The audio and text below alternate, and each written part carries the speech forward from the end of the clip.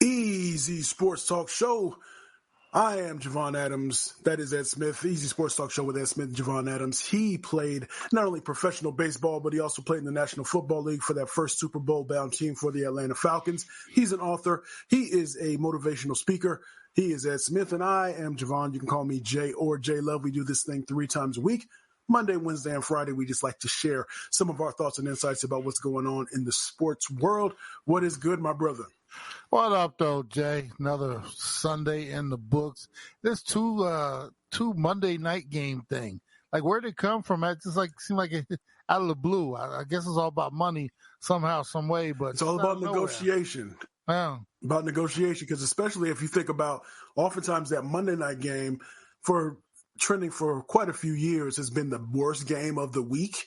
And so if you can try to at least increase your odds that one of the two will be good, I think that's what they're trying to do with it. Okay. Yeah. Well, so we got a couple things on the table for today. I want your thoughts on from the Super Bowl weekend. This can include college, but the Super Bowl weekend. What was your best and worst? I will say from the worst point of view, just coming from a local perspective, that effort or lack thereof from the Arizona Cardinals with that Commanders versus the Arizona Cardinals. We thought it was going to be a not just a high scoring game, but a close high scoring game. And it was high scoring, but only where one team was concerned. And Jayden Daniels continues, as I have said on our other podcast, his death by 1,000 paper cuts with his crazy completion percentages, but just doing the things to keep the ball moving. And from the Arizona Cardinals perspective, just left us with a lot more questions as opposed to any answers. And then from the good side of things, watching how the Ravens, you've mentioned this, and it's funny. It's one of those things where if you're looking to buy a red car, you see red cars all over the place, right?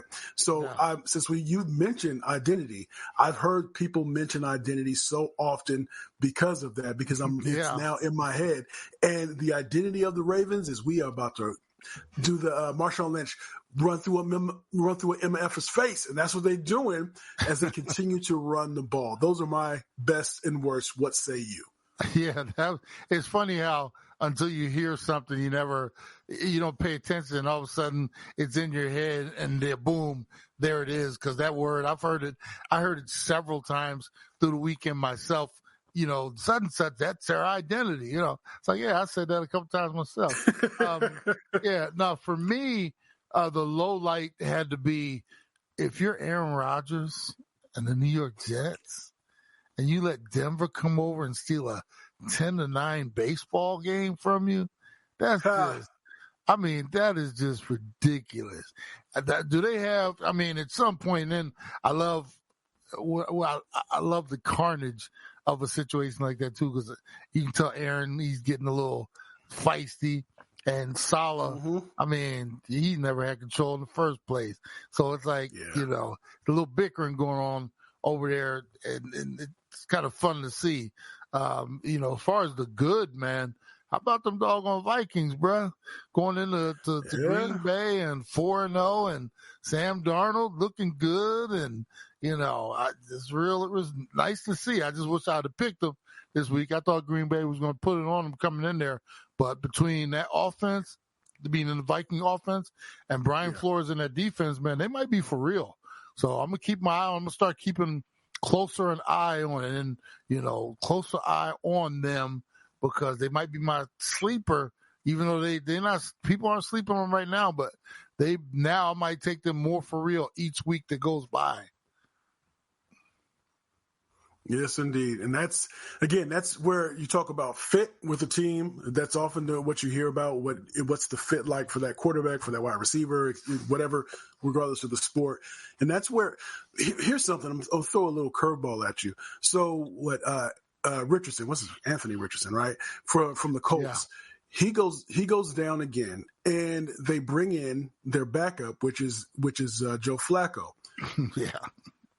What I have heard ad nauseum for years is that, well, you can't have a mobile quarterback, because if you have a mobile quarterback, you got to have a mobile backup, and you can't have one that can do one that can't do the other. I always thought that was the biggest crock of BS, because it just means that you have, as the offensive coordinator, You just have to be able to prepare for both styles of quarterback, because the Indianapolis Colts in this example, they were victorious, and I can guarantee that Flacco wasn't running some read options and trying to get himself 70 yards, because he's not mobile.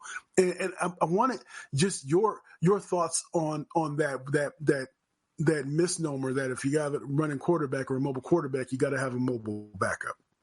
For me, that's more of an in-game situation, meaning for when a quarterback goes down, especially if they go down early in the game, think about the game plan you put together for Richardson compared to what you would put together for Flacco. But what that shows is Flacco's ability to slide, as a veteran, slide right in, and they had some plays that, hey, anybody can run. It doesn't matter if he can run or not. They catered and adjusted to Flacco being in there. Not going to run much, not going to get him out of the pocket much. But week to week, like say once the injury happens, you get through that game, the next week you should be able to, okay, scrap all that. Our new game plan is XYZ because we now have Flacco in here for the next few weeks. I think that's more, but when they're talking about that, you can be looking at it long-term too, but I think most of the time it's a week-to-week basis. Now I will say this. If you're, say, Miami and you have this, everything's on timing. You don't want to have a quarterback in there behind him that can't throw on timing, because now you have to revamp the entire offense moving forward for however many weeks he's going to be out. I think you want to be as close to that, the main guy as possible. But sometimes, we all know there's a shortage of good backup quarterbacks out there, period. My thing, I would always just want a trusty veteran, like a Flacco, out there before he retired, Matt Ryan, somebody like him who I could just, put right in there and have a bunch of plays that I know he could run, and there's not much he hadn't seen as far as blitzes and stuff like that he could overcome. So, yeah, I think, like I said, for the long haul, I think mainly you want somebody who matches your guy for the short haul, but then you adjust accordingly after that. And what's your opinion on backup quarterbacks? Because I've heard that argument as well, where there's just not enough quality backup quarterbacks. But I would contend that organizations want you to think that there's not enough quality backup quarterbacks because they don't want to pay a backup quarterback any substantial amount of money. I'm not trying to say if you pay your starter $30 million a year that you're going to pay your backup 20, but it's better than having such a drop off, because if you're correlating pay with talent, that paying somebody league minimum and they're your backup and your starter goes out the first week of the season or the second week of the season, and now you're thinking, well, we got to make a trade. No. You could have planned better to be able to have a good backup in there. That might mean you might have to do some better negotiating when it comes to some of the other skill positions. But if the quarterback position is so important to your team's success, then you have to allocate the resources, financial resources, to get somebody in there that's at least going to make you feel comfortable with being able to stem the tide for 3, 4, 5 weeks if the situation calls for it. Absolutely. It's all a dollar thing, Jay. Nobody wants to have like $8 or $9 million sitting on the bench. But, when it comes down to it, when needed, when called into action, I'd rather have that guy I'm paying more to sit on the bench, and better to have it not needed than need it and not have it, that type of thing. Yep. And these teams, they're not willing to allocate those type of funds to that position, but the good ones do, because in this league, especially as you continue to stretch these teams out, 17 games, eventually 18, everybody's not getting through a season unscathed, meaning how many these quarterbacks are going to make it through 18 without an ankle or something that's going to cost them at least a game or two.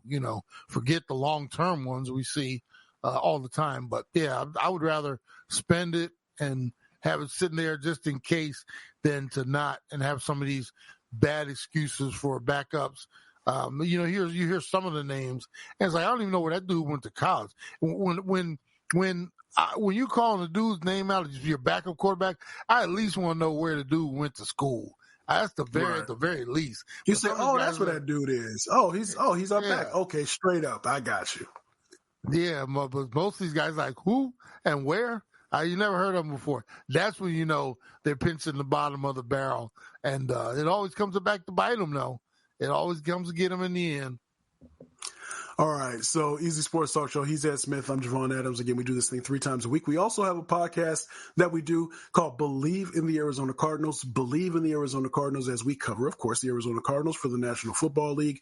That podcast is twice a week on Mondays and Thursdays. Mondays, we look back on the team that was the matchup that just took place, and Thursdays we look ahead to the next opponent. So we give our insight and we break it down for you and give our opinion. So make sure if you are not an Arizona Cardinals fan, but you know an Arizona Cardinal fan, then make sure you let them know. Just search Believe, BLEAV, in the Arizona Cardinals, wherever you find your podcast, and we do appreciate it. So, EasySportsTalk.com. Over the weekend, on Friday night, my younger son hits me up.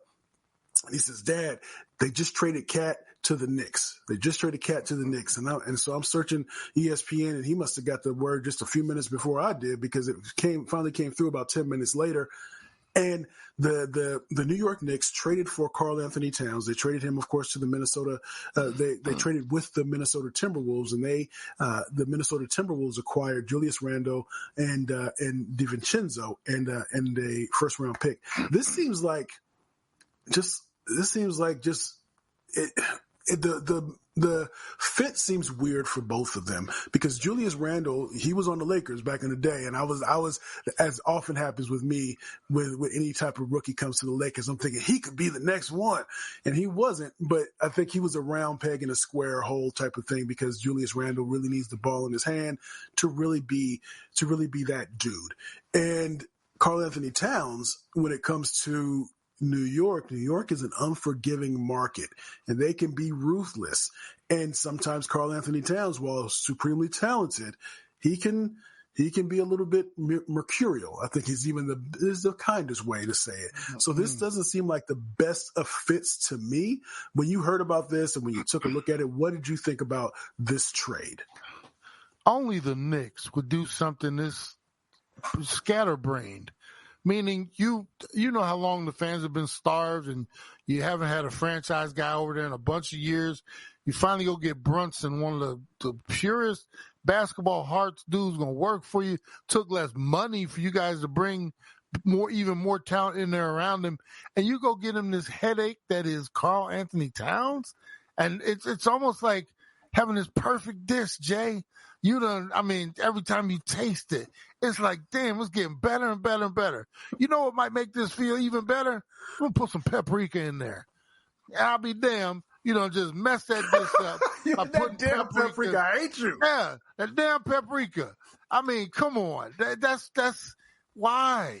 I mean, it's not even like this is a mid-season, hey, let's see what we're missing. No, they could have, only the Knicks will go out and do something this stupid before the season even starts. And I think it's going to throw their balance off, their chi, whatever you want to call it. I thought they were, with the players that, they had around Brunson, everybody was buying in. And now you got this dude who's a straight home wrecker. He's going to come in there if he's not getting the ball enough, if he's not getting to shoot his threes enough, whatever it is, because, he's the big man who changed the game. He's the best shooting big man of all time. Ever, of all time. So, why would you want that headache coming in there? I don't understand this one, Jay, but only the Knicks and a short list of other teams would be sitting around thinking, you know what we need? We need a little more Karl Anthony Towns in our life. I just don't understand it. I really don't. Man, yeah, I can't get it either, because I think when those pressure, and it's not to say that Karl hasn't experienced some success. What is it, just last season? But that was led by Ant-Man. And Ant-Man gave Karl, and so maybe it could be that Brunson will give that same amount of cushion to a Karl Anthony Towns to allow him to, he's going to let you do your thing. But I think in that New York market, it's that temperature. Those fans in that market, they are starving for, yes, a championship, but I would just say we want to get to conference finals and get back to the NBA finals and just have that high level of consistency. And I wonder if Karl Anthony Towns is ready for that. There had to be other better pieces out there that would have been on your radar to say they would be better fits. I mean, obviously a big man who can shoot, not too many of those guys out there, but there also something has to be said for the fit within the locker room as well. And Cat, man, he just seems like, I mean, if it's not about him, it's not right. And I don't want that dude coming in and taking away from what we've built here so far. And I say this team was and should be built around, which in today's game, the smaller guy doesn't normally happen. But Brunson is the face of your organization, and he should remain that. And whatever you do should be to benefit, putting better pieces around him, not bringing a dude in that's going to want his shine and is just going to want more of the front page and wants his shots and wants his this and his that. I don't understand what they were thinking, but that doesn't look like. And then maybe I'll be interested. Maybe they prove us wrong, but I don't see it. I don't know why you're going out and making this trade right now to upset the apple cart, man. I did see one article, and it was from Kellen Olson, who's a writer and radio host on Arizona sports here locally, that mentioned that possibly one of the reasons for that trade, why the Minnesota Timberwolves made that trade, was to kind of, when you hear about that second apron, to be able to try to get under that a little bit, so that way that'll give them more flexibility when it comes to being able to improve their team if they need to, because of where Julius Randle's contract is. He has the opportunity, I believe, to opt out after this season, and so it might give some flexibility. So maybe they're playing chess where we're thinking they're playing checkers. Maybe it's a possibility for Minnesota. Well, if you're the team that got rid of the headache, you're like, wait a minute, they want who? Wait, are you sure? Yeah, wait a minute. Yeah. Hey, somebody get them back on the line right now. That's for them. Man. They're like, they get all the benefit. I mean, golly, you get rid of Karl Anthony Towns and his headache, and man, they couldn't make that. They're still trying to work it out. I don't know if everything's final yet, but man, they're on the phone like, hey, we get a call back yet? Hey, somebody get them back on the line. Let's get this done. Oh, man. So, again, that is Ed Smith. We do this 3 times a week. You can also go to easysportstalk.com, and also subscribe to our YouTube channel at The Easy Sports Talk Show, at The Easy Sports Talk Show. Monday, Wednesday, Friday is when we do this. So tell a friend to tell a friend about what we do. And as we always like to say around this time, are you good?